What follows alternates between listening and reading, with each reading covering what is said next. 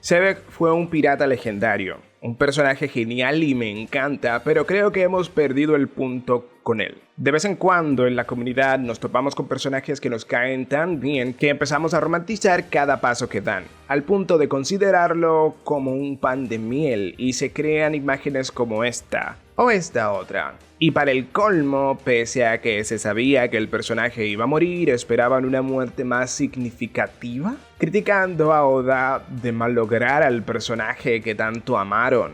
¿Qué onda, Nakamas? Les habla el cazador de piratas. Creía que no tendría la necesidad de hablar más de Rock Lee Sebek, pero la cosa se está poniendo bastante peliaguda, debo de admitir. O sea, de verdad, vi estas dos imágenes que acabo de presentar y es como que, ¿en serio no entendieron un personaje tan simple?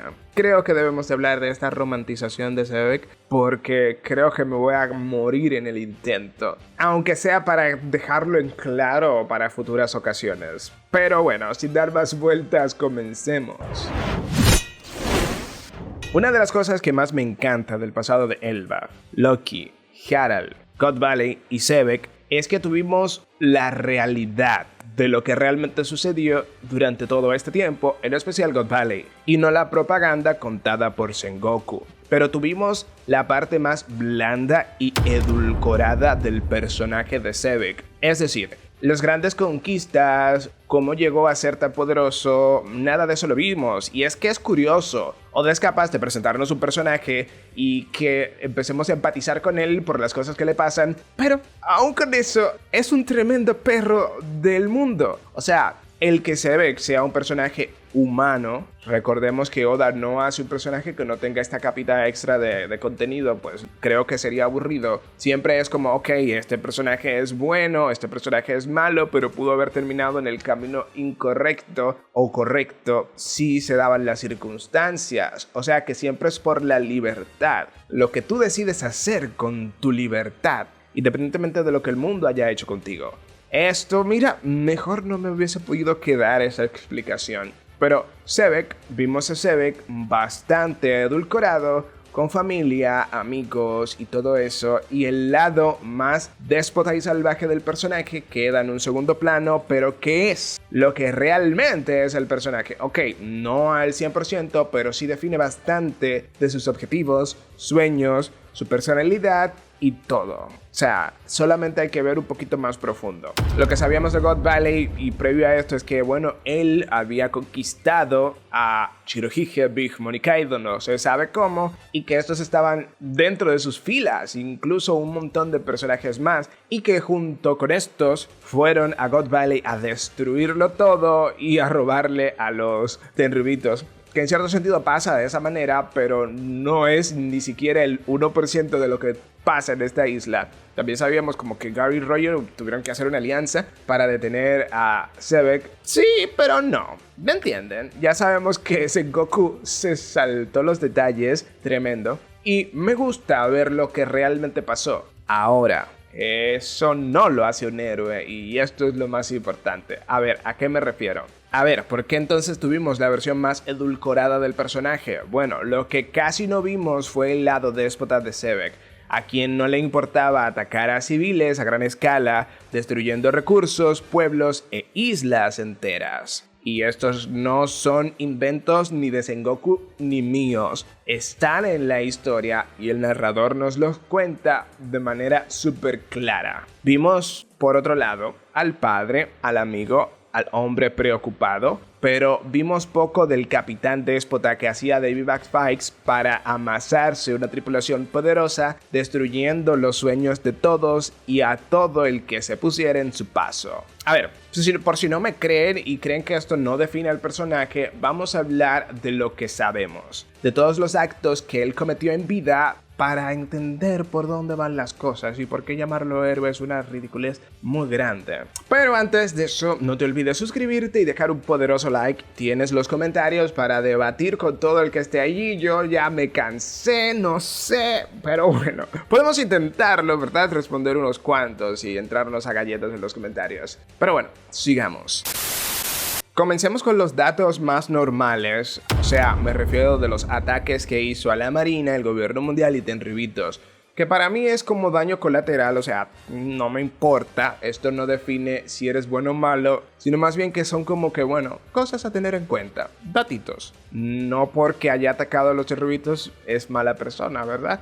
Sí, sabemos que los terrubitos son perros salvajes, ¿entienden? Ok, se sabe que mató a un almirante, fue sospechoso de secuestrar 5 reyes, pueden ser reyes déspotas, pero también pueden ser reyes tipo Cobra, por ejemplo. ¿Quién sabe? Atacó un barco con impuestos celestiales, excelente, esto es tipo Robin Hood si lo hubiese entregado a los pobres o algo así. Y destruyó una de las puertas de la justicia. Hasta aquí todo bien, ¿verdad? Luego tenemos el asedio a los piratas de la generación, o sea, pirata que veía, pirata que atacaba y los obligaba a participar en The Vivat Fights y así robaba a los miembros más importantes de esas tripulaciones. Gracias a estas batallas fue que se hizo con una tripulación tan legendaria. Pero seamos realistas, esta tripulación no fue una tripulación en sí, era más bien un grupo de personas que estaban por las circunstancias bajo las órdenes de Sebek, quizás por miedo a que si se faltaba el respeto a este terminaría matándoles. Es como que el dulce truco de Big Mom.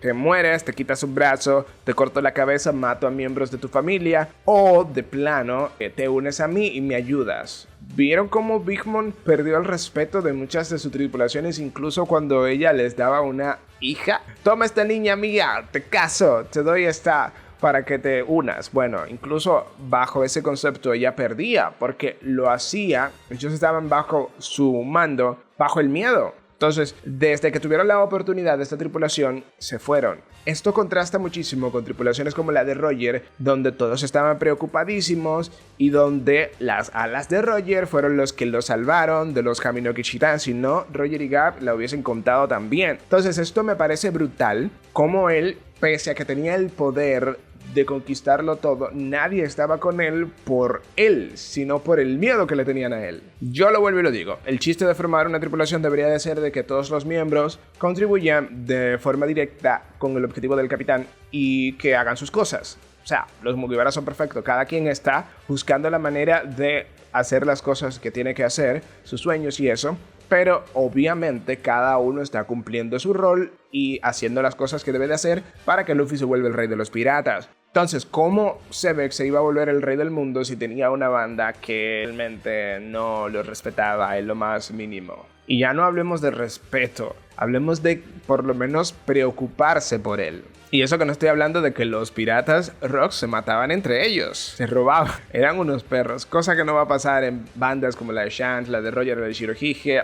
Ojo, cuidado con eso, y la de Luffy. Los personajes que más se apegaron a él fueron los que vimos y nombramos como los comandantes de este. Kaido, Big Mom y Shirohige fueron los que al final estuvieron con él. Los otros ni siquiera se preocuparon de qué le pasó o qué no le pasó. Pero estos se llevaron la sorpresa de que Sebek, a final de cuentas y de una manera muy rara, los atacó e intentó matar. Se fueron con el mal sabor de boca de que su capitán les rompió el nalgo. Y quizás estos no se pusieron a pensar, no llegaron a entender qué pasaba en ese momento, porque Sebek se había vuelto contra ellos. No entendieron eso, no se preocuparon por entender, porque a final de cuentas tuvieron que salir corriendo con el rabo entre las patas. O sea, que tú y yo entendamos que se utilizó un Dummy Reverse y que estaba siendo controlado no significa que Shirohige, Big Mom y Kaido hayan salido de God Valley sabiendo esta información. Eso está más que claro, ¿verdad? Bajo este concepto, entonces, ellos tuvieron la desfortuna de ver cómo su capitán los traicionaba, quién sabe por qué, y los intentaba matar. Creo que al final solo Roger y Garp se enteraron de que realmente Sebek estaba siendo controlado. Y fue porque escucharon la voluntad o la voz de todas las cosas a través de esta habilidad los contactó. Si no, no se daban cuenta. Y por cierto, Garp como usuario de la voz de todas las cosas, qué bueno. Hablando ya de la era de Sebek, porque esta fue la era de Sebek. ¿Qué cosas hizo contra gente de a pie, contra gente normal, no piratas, que pues bueno, tienen mitad culpa, no, porque no están buscándole problemas, o sea, es normal, pelea entre piratas, y contra marines, gobierno mundial y eso, no, ya esos casos pasaron. ¿Qué hizo contra gente de a pie? Gracias a la wiki tenemos aquí un resumen brutal. En la era de Seve, los piratas Rock y su tripulación desataron el infierno, saquearon numerosas islas a lo largo y ancho del mar, 76 barcos destruidos, 14 puertos y 5 pueblos totalmente hechos añicos. Incluso hundieron una nación entera. Como vuelvo a repetir, esto no son datos contados por Sengoku, tampoco son interpretaciones mías, son datos canónicos que nos tira el narrador, que nos cuenta sobre la verdad de Sebek. Eso no lo vimos casi. Y esa es la parte que están omitiendo los fanáticos. Ya con cosas que me desagradan a mí y que también siento que muchos hacen esto cuando se habla al respecto, es por ejemplo, atacó al hijo menor de su mejor amigo solo para llamar la atención de Harald. O sea, Loki le dijo, yo soy hijo de... pues grita ahí. Y Loki, ¿cómo así? ¡Pam! Y lo mató. No, bueno, no lo mató, le dio solo un golpe. Y ya cuando este mismo niño lo desafía a un duelo, lo deja casi muerto. Shirohige lo cuestionó y le dijo, güey, te pasaste de lanza, te pasaste de ver. Y Shirohige era la persona que menos criticaba a Sebek. Entonces eso ya nos da una idea de que realmente no era un pan de miel. Cuando él tenía un objetivo, él iba por ese objetivo sin preocuparse por nada. Otro caso que podría verse como algo que no es muy moralmente correcto es como masacra a su familia cuando caen en el Domi Reversi. Lo he dicho de mil maneras ya, pero creo que es así. O sea, me refiero a que en vez de preocuparse por, bueno, vamos a buscar la manera de devolverlos a la forma natural, la forma humilde que mereces, él los mata. Vemos que sí existe la manera de devolverlo, pues él salió de la maldición al final. Entonces los mató porque sí, porque no iban a ser utilizados contra él. Lo cual es como que, güey, Shanks, Luffy, Roger, Shirohige no harían eso. Buscarían la manera de salvar a todos. Kobe también. Akainu sí lo haría. Akainu está loquísimo, me encanta también. Ay, Dios. O sea, nada de esto es análisis. Estoy haciendo hincapié demasiado en eso porque creo que muchas veces es como que, güey, pues no, es que lo estás interpretando mal y no. Aquí la cosa está clarísima. Pero bueno, esto es un análisis a final de cuentas. Para mí, Sebek era un déspota. Un ser arrogante que usaba la fuerza para tomar lo que quería. Personas, islas, recursos. Y fue exactamente eso lo que hace que su muerte sea la más trágica y a la vez genial que pudo pasarle. Fue abandonado por su banda. Nadie corrió por él como si lo hicieron por Roger, por ejemplo. Murió sin pena ni gloria, utilizado por su más grande enemigo, y su legado fue borrado de la historia. Hoy por hoy solo los veteranos y unos viejos verdes locos saben lo que realmente fue Sebek. Si esperabas un gran discurso te ha llevado una gran decepción ante su muerte, pues no es ese tipo de muerte y no debemos verlo como eso, pues es la derrota de un gran pirata. Y tras esa derrota no es como que, güey, yo quiero pasarle la antorcha a la nueva generación. No, es una derrota más en el sentido tradicional de lo que significa. No es un sacrificio épico como lo de Shirohige, lo de Yasui, por ejemplo, lo de Oden. Es alguien que está perdiendo la vida, sus sueños y todo por lo cual luchó, sin saber siquiera si su familia está viva. Bueno, quizás sí se sabe, pero bueno, no sé. A veces, por la epicidad de ciertos personajes, se nos olvida que la derrota también tiene esta cara. La de perder, la de ser olvidado, la de ser arrancado de una página de la historia y devorado por los peces en el fondo del abismo. Otra cosa que se nos olvida muy frecuentemente al hablar de Sebek es el sueño que este tenía.